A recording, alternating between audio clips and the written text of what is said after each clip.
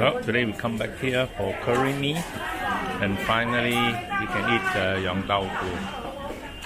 And we have tea and coffee. We are back in Madras Lane in Chinatown again, and we are here for lunch.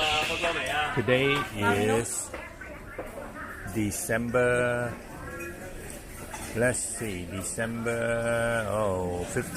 2022, and we were determined to have Yong Tau Fu here.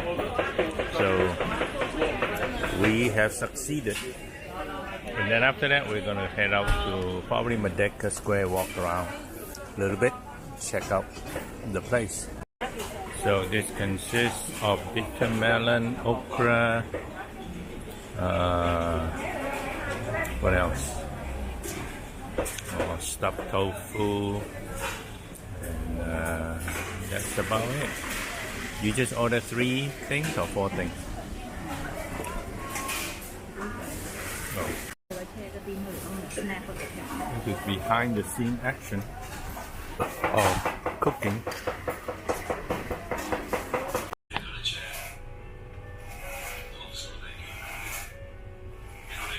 Wiggy is having a haircut today.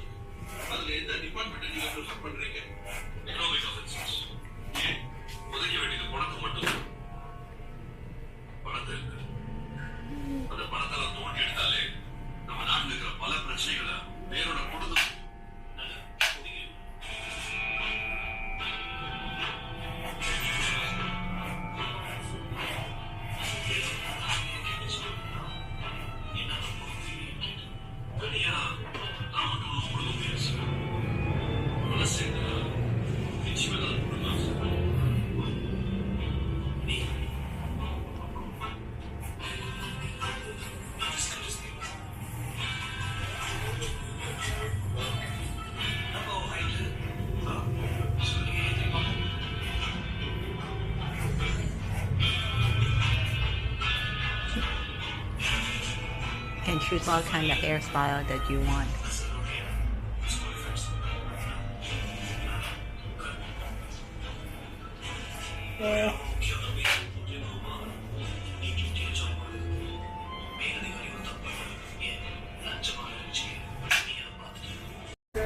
So what we did was stop by this place for haircut.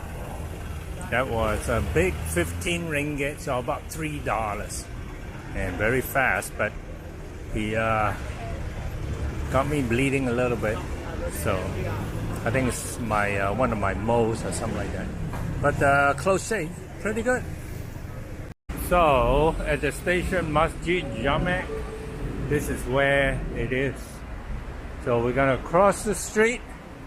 If we had known which exit to come out of, we would not have had to cross the street.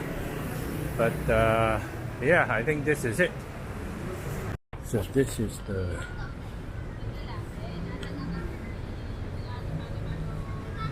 River of Life. This is the River Klang and Gombak River. So we are here. Pekan China is Chinatown, Masjid India, where we just came from. And then these are the various buildings around the area. Sultan Abdul Samad building, and that across the street over there is Merdeka Square. And you can walk over the bridge of the River of Life. Quite a bridge. And here you can see Merdeka 118.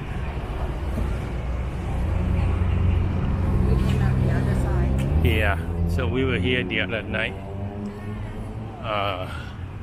We were here waiting for the River of Life fountain display, but it never happened, and we kind of gave up. Alright, this is Merdeka Square, Dataran Merdeka. A little bit of fountain display, and the flagpole here.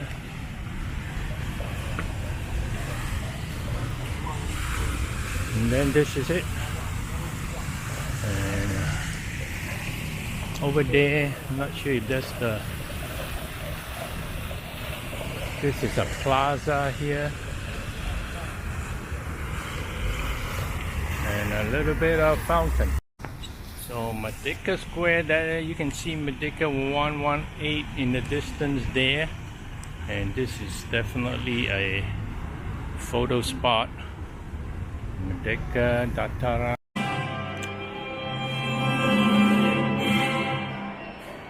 So this is the old Kuala Lumpur, which are a lot of mud houses and kampong. So this, okay, let's start at the very beginning. So of this display, at least in 1857, which is 100 years before I was born, Kuala Lumpur was originally a tin mining settlement. And the history of Kuala Lumpur began when Raja Abdullah, chief of Klang, opened up the Klang Valley for tin prospectors. Kuala Lumpur, which literally means muddy estuary, was founded at the confluence of the Gombak River and Klang River. So, of course, then comes a legendary Yep Aloy, became the third Chinese Capitan. He was an influential person and played an important role in the law and order of Kuala Lumpur until he passed away in 1885. And the first street shop houses built in Market Square in Kuala Lumpur was owned and occupied by Yep Aloy and his family.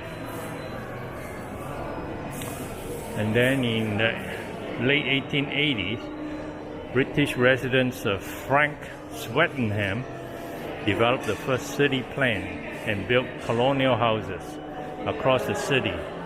And the new buildings were constructed with bricks, and therefore Kuala Lumpur became a modern town. And so on and so forth. I don't think you'll be too interested necessarily in the history. Well, KL, of course, was occupied by the Japanese from 1942 to 1945 until they surrendered after the atomic bombing. And then in 1957, August 31st, led by Prime Minister Tunku Abdul Rahman Putra Al-Haj, Malaysia gained independence, or the Malaya Federation, and then and so forth. Yep.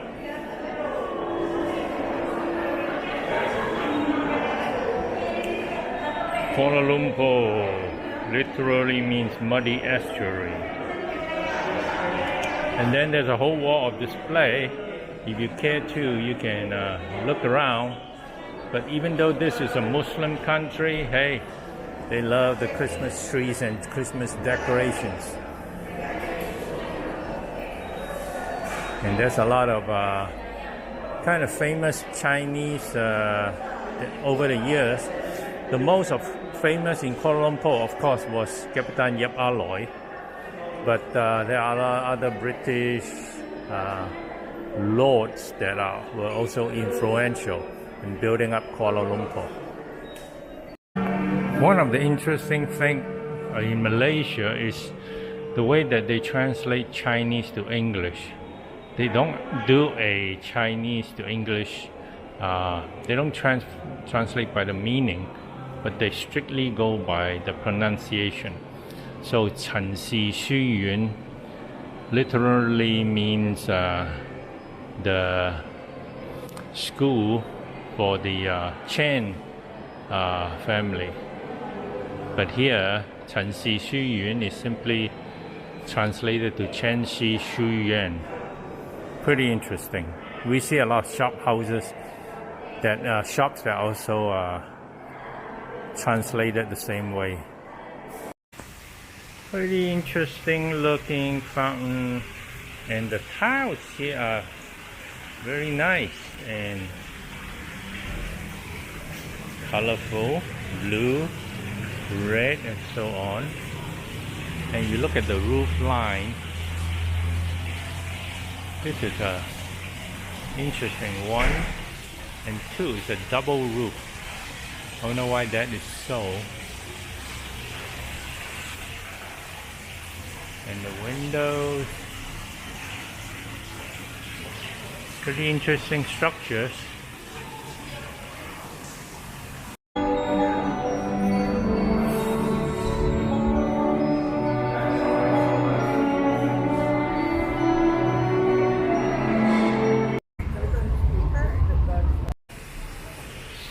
So I guess you can, once you register, you can and adorn the correct clothing. You can come and go as you wish, and you can buy a bottle of water here for 1 ringgit. Very nice.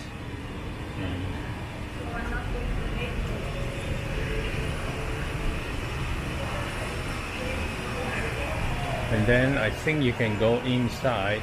You just have to take off your shoes. Alright, I think that's what we'll do. Wooden mosque, very smaller, wooden mosque. And then the king, God Abu Samad, he has seen the situation, and then he built the So, taking a little guided tour, and that's the foundation stone. 1908. Only this part was built. Now about 114 years already.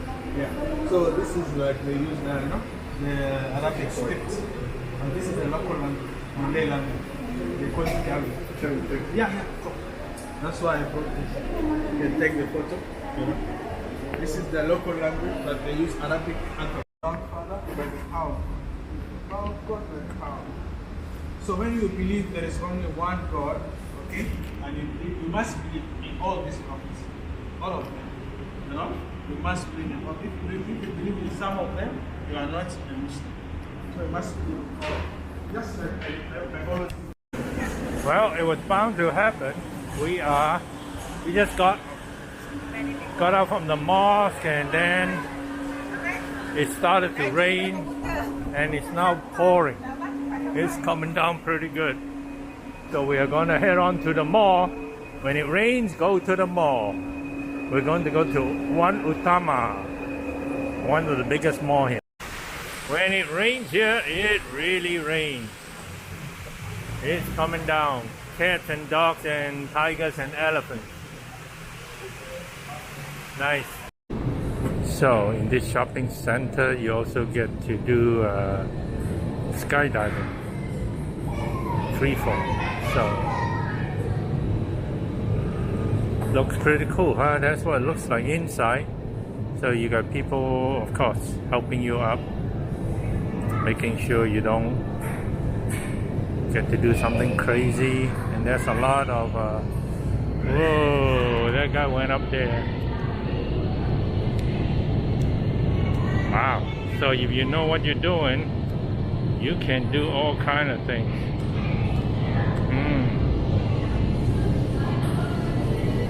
So that looked like could have been fun. Well, that was the indoor skydiving area. No, we didn't do it. We had 2 chickens.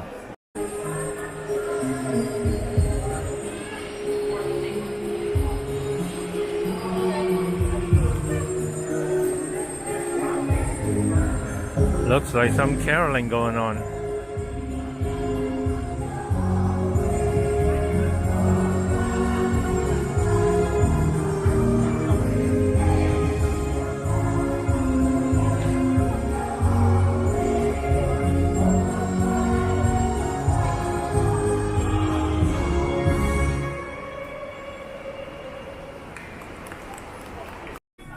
So tonight we finally end up here at this chicken rice shop. It's a big chain restaurant, and in order to order you have to scan this QR code, but since we didn't get a SIM card into Malaysia this time because we came in through the by the bus and not the airport, we never got around to getting a SIM card, and therefore our connection is on the T-Mobile network world roaming, and it's too slow. So we had to ask the server to come over and order for us on his phone. So this is our tea, and then come with a little bit of, looks like dessert thingy. That's the first order. How's the tea? Looks weak. So looks like our food is here. Here it comes. Jenny Man, take your food. So self-serve.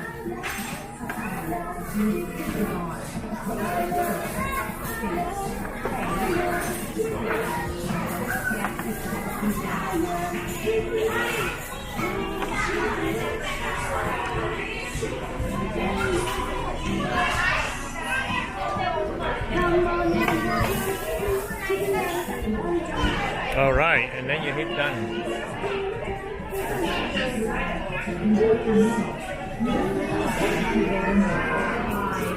Not too bad. At least there's quite a bit of food. Quality-wise, we'll see. The chili sauce looks good. And then Jenny got her dumpling. Alright, so after dinner we're gonna have some dessert. Jenny Man is looking at the menu, decide what to do. Let's go sit down. They have menu. Okay. Unless you need to order online again. Just wait. Do we order here? Oh, okay.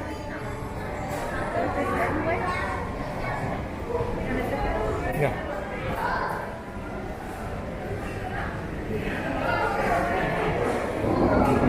So this place is called Jiao Dessert, and they have a ginger milk and double skim milk. Let's see, and taro and sago and soybean and peach and grass jelly and Cantonese style dessert, 龜苓膏、楊枝甘露、炒蛋奶. Well, they got a lot of stuff, but we're just looking for dessert. Alright, so that's what. Alright, so this is our dessert. Look like a big Oreo cookie. And this is mango, I believe, with grass jelly and milk. Looks pretty good, nice and hot.